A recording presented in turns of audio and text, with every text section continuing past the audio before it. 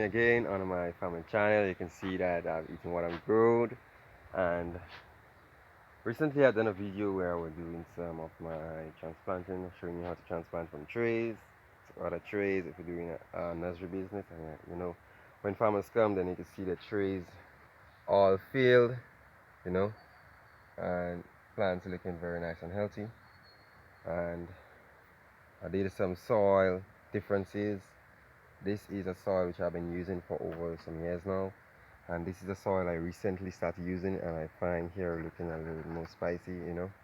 So that's what you want to look for, all little different creeks and corners where you can get your customers feeling satisfied with whatever they have to buy. So here I'm going to be showing you a little tips and tricks in if you want to do plants like cuttings. Sometimes you may have a few cuttings and you want to like catch it in water, and you don't have the time to wait for all this process.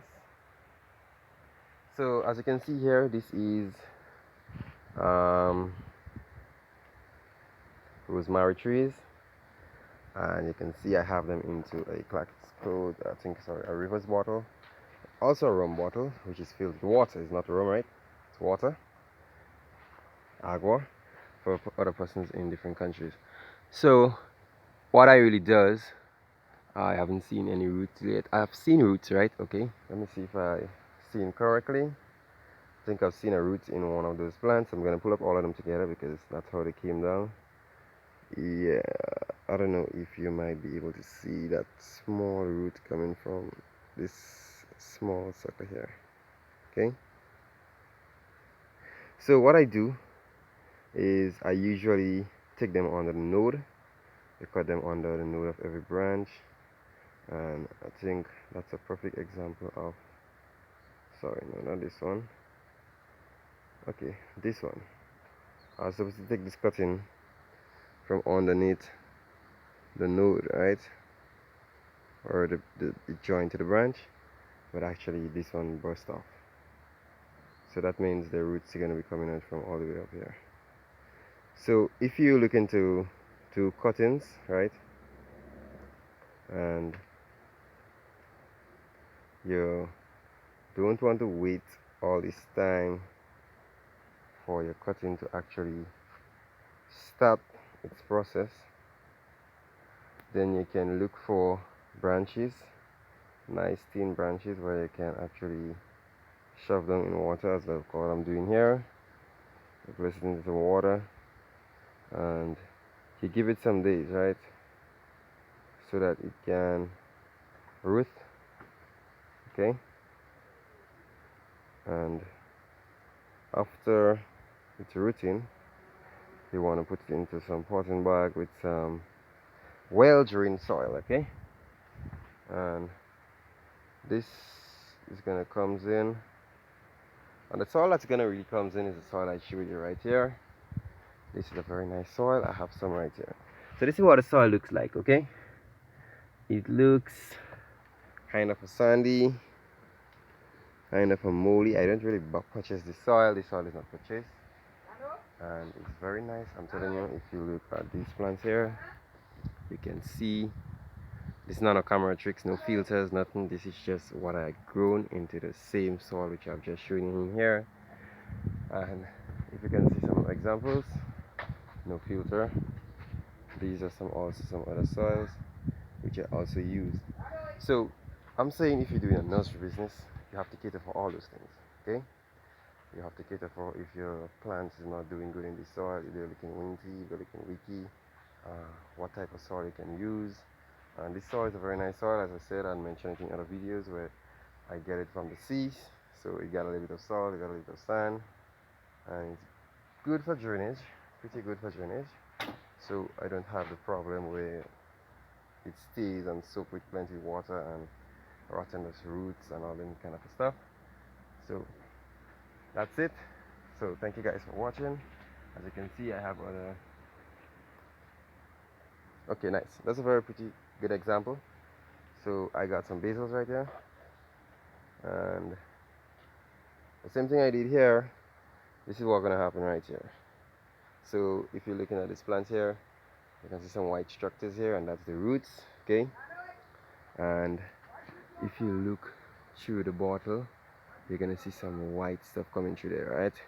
So what I did, instead of going and take a pile of routine hormones, and maybe I don't got the time to actually put routine hormone in everything and put it into the pot and bag. I don't really got the time to do this because I do multiple businesses. So what I really do here is I actually take a piece of branch, right, from that tree, because I've doing it for so many times. I'll get it under the node, so I put it into the water, leave it for a couple of days, and it gives me the root. If I want to plant it now, I can plant it now because there is root established. But what I'm really gonna do, I don't want any more dying out on me, so I'm gonna leave them for a few more days, let the roots get more place to run. When the roots run a little more longer, then I'm gonna take them, transplant them into the pot in the bag, and I'm sure on the plants. Okay? So, thank you guys for watching. If you want to come with any other plants that you think can catch in water without even using the rooting hormone, yes, the rooting hormone is a faster way to get the roots going, but this is I could say a slower process. But according to the type of seasoning or the type of plant, it roots in 2-3 days. Right? These roots in like 2-3 days, for like within 3 to 4 days. I'd say if you give them constant watering and you have the water at a level which is cool, you don't got it in the sun, the water is not hot, it's gonna root very easily. And again, if you take it from this here, as you can see the green part, it's gonna root even faster. From this part coming up here where it is green, not the kind of a dry hard structure down here, the greeny part up here, then it's gonna root even more faster than you ever think, and you're gonna have plants running. So this is an example of this here. I've done the same thing, and take a look at them right here.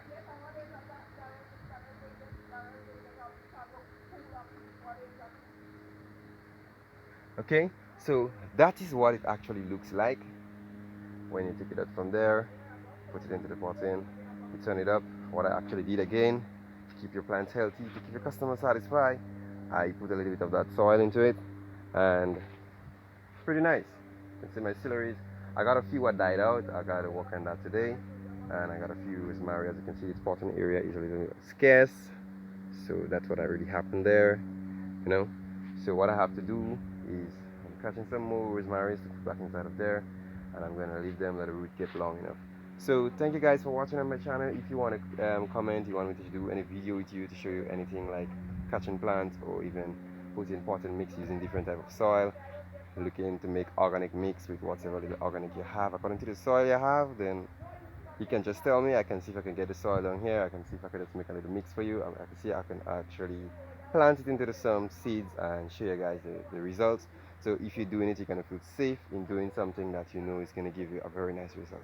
So if you have any like a soil by the bayside and something's like rotten down, like seaweeds, and it's banked up for some time and it's rotten down and it's come out fine and coarse, and you want to hatch some plants in there, some seedling seeds, this is a very good thing for hatching seeds, for even catching in roots, because what happens is not like the earth that binds up and get hard when you don't wet it.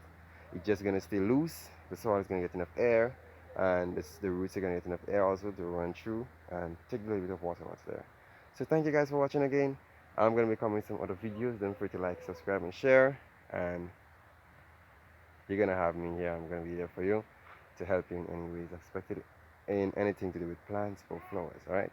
Thank you guys.